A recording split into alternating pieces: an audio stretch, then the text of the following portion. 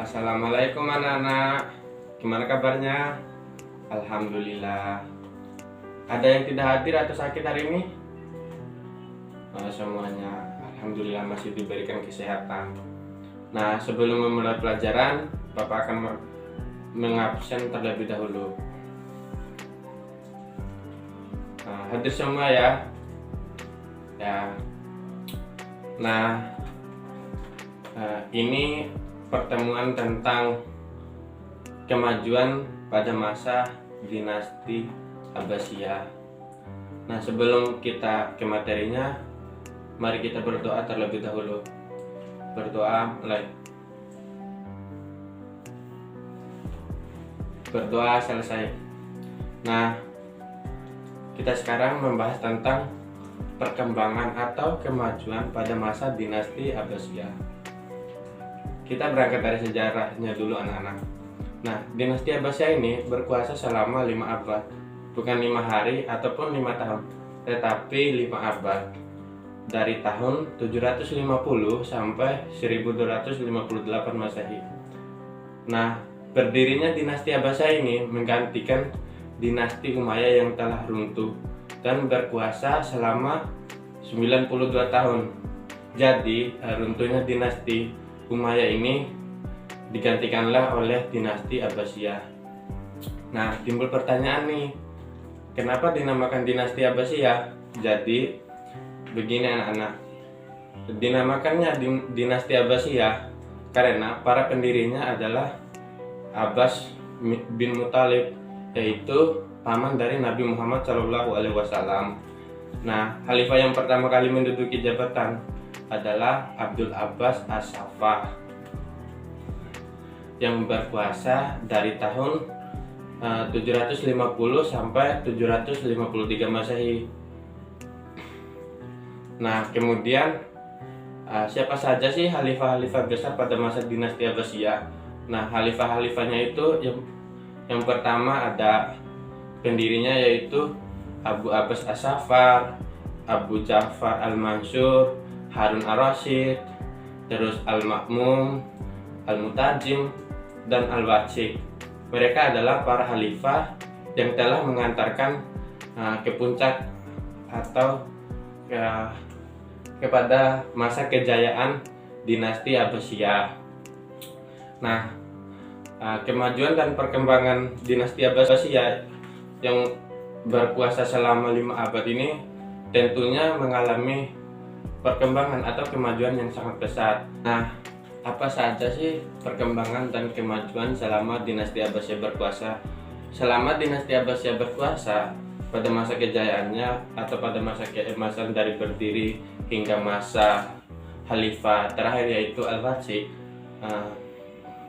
masa dinasti Abbasiyah ini dikatakan masa golden emas bagi umat Islam hampir di segala bidang, yang tentunya di bidang keilmuan dan menjadi pusat untuk peradaban dunia.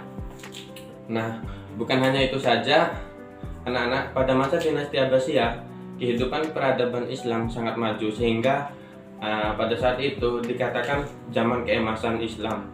Kaum muslimin telah menggapai puncak kemuliaan dan kekayaan, baik itu di bidang politik, ekonomi, dan terlebih lagi dalam bidang kebudayaan.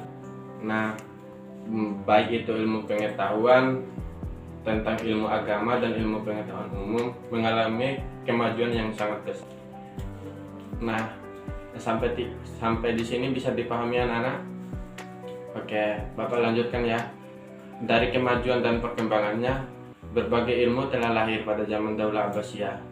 Hal itu dikatakan karena berbagai macam penelitian dan kajian tentang ilmu pengetahuan yang dilakukan oleh para kaum muslim itu sendiri, seperti kegiatan penerjemahan buku yang berbahasa asing seperti bahasa Yunani, Mesir, India, dan lain-lain, menjadi pindah ke dalam bahasa Arab.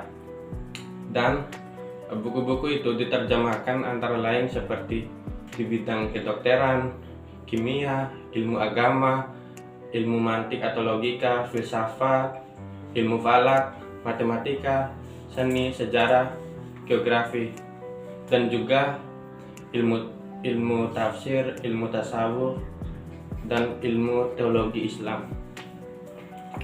Selanjutnya, di era dinasti Abbasiyah, ilmu pengetahuan Islam berkembang sangat pesat. Masa puncaknya ketika pemerintahan Khalifah Harun al-Rasyid, yaitu pada tahun 786 sampai 809 Hijriah, dan Khalifah Al-Ma'mun al-Rasyid. Nah, Harun al-Rasyid sendiri yaitu mendirikan lembaga ilmu pengetahuan yang diberi nama dengan Baitul Hikmah, yaitu sebagai pusat penerjemahan buku-buku asing, penelitian dan pengkajian ilmu perpustakaan, serta sebagai lembaga pendidikan. Nah, hasilnya bermuncullah sarjana-sarjana besar, para ulama-ulama besar seperti Abu Hanafi, Imam Malik, Imam Syafi'i, Imam Hambali, Imam Bukhari, dan Imam Muslim.